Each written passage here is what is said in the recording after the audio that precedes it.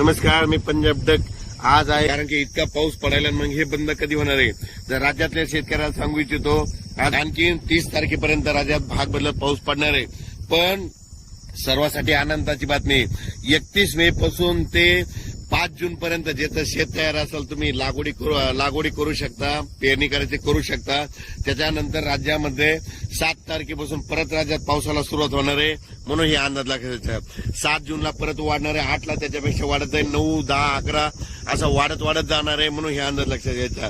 ज्यांचं शेत वापसा असेल तर तुम्ही तुमचं जमिनीची ओल पाहून पेरणी करू शकता. लागवड करायची तर सरकी कापसाची लागवड असेल तर बियाणाला टोचून लावू शकता. कारण की टोचून लावल्याच्या नंतर जरी पाऊस नाही पडला तर ती सरकी उगवते, कापूस निघतो.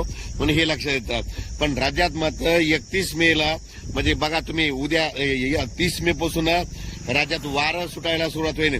असं जोराचं वारं वाहेल म्हणजे ते वारं जवळपास 5 तारखेपर्यंत 6 तारखेपर्यंत चालणार आणि 7 तारखेला परत राज्यामध्ये ठिकठिकाणी भाग बदलत पावसाला सुरुवात होणार आहे.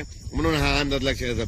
सांगायचं झालं तर तो पाऊस पूर्व विदर्भ, पश्चिम विदर्भ, मराठवाडा, पश्चिम महाराष्ट्र या ठिकाणी जरा जास्त प्रमाणात आहे. म्हणून हे अंदाज लक्षात येतात. उत्तर महाराष्ट्रात देखील पाऊस राहणार आहे.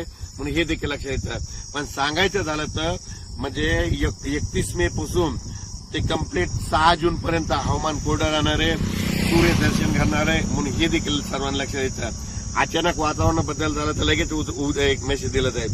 पण राज्यात मात्र 31 मे पासून ते 6 जून पर्यंत हवामान कोरडं राहणार आहे. म्हणून हा अंदाज लक्षात घ्यायचा. शेत दुरुस्त असेल तर तुम्ही तुमच्या जमिनीची ओल पहा. पेरणी होत असेल तर पेरा. म्हणजे मूग पेरायला जमतं, उडीद देखील पेरायला जमतं.